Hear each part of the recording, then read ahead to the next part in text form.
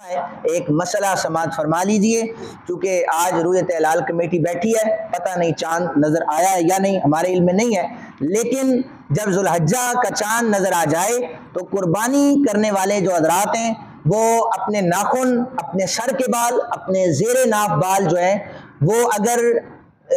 وہ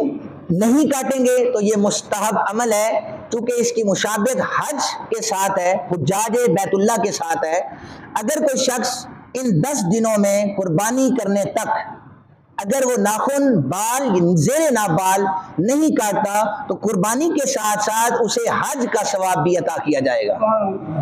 حضرت ام سلمہ رضی اللہ تعالی عنہا حدیث پاک بیان کرتی ہیں، آپ فرماتی ہیں رسول کائنات صلی اللہ علیہ وسلم نے ہمیں حکم دیا کہ اگر تم ان 10 دنوں میں یہ ناخن بالوں کو نہ کاٹو تو اللہ تعالیٰ تمہیں حج جتنا بھی ثواب عطا فرمائے گا۔ اور جو شخص قربانی نہیں کر رہا، جو شخص قربانی نہیں کر رہا، اگر وہ بھی یہ عمل کرتا ہے تو اسے قربانی کا ثواب بھی ملے گا، حج کا ثواب بھی ملے گا۔ یاد رکھیں، اکثر لوگوں نے مجھے آج بھی فون کر کے پھر اسی طرح اور بھی مسائل پوچھتے ہیں، یہ واجب نہیں ہے، یہ کیا ہے؟ فقہا نے اسے مستحب لکھا ہے۔ مستحب عمل وہ ہوتا ہے جسے اگر کوئی کرتا ہے تو اسے ثواب ملتا ہے، اور اگر کوئی نہیں کرتا تو وہ گناہگار نہیں ہوتا۔ لیکن ہر شخص مستحب سمجھ کر اسے چھوڑے بھی نہ،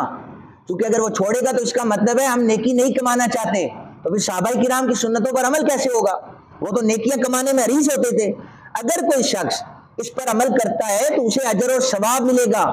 اگر کوئی جیسے جسے یاد نہ رہی ہو، ظاہر ہے اسلام صفائی کو پسند کرتا ہے، ایک شخص ہے اس کے بال بڑھ چکے ہیں، ناخن بڑے ہو چکے ہیں، میل پھنس چکی ہے اور وہ مستحب کی طرف جائے، نہیں میں اب نہیں کٹواؤں گا چونکہ میں نے قربانی کا ثواب لینا ہے، قربانی کا ثواب کرتے کرتے وہ اپنی صحت کا بیڑا غرق کر دے تو یہ درست نہیں ہے۔ اس لیے وہ توجہ دے اپنے ناخنوں کی طرف، اپنے بالوں کی طرف، جو انسانوں والا طور طریقہ ہوتا ہے ایک شکل، وہ ضرور اپنائے۔ لیکن اگر کوئی شخص آج کے دن میں جن لوگوں نے یہ تیاری کر لی ہے تو وہ 10 دن اگر اس کی ممانعت اس سے رکتے ہیں تو اللہ تعالیٰ انہیں بہتر اجر اور ثواب عطا فرمائے۔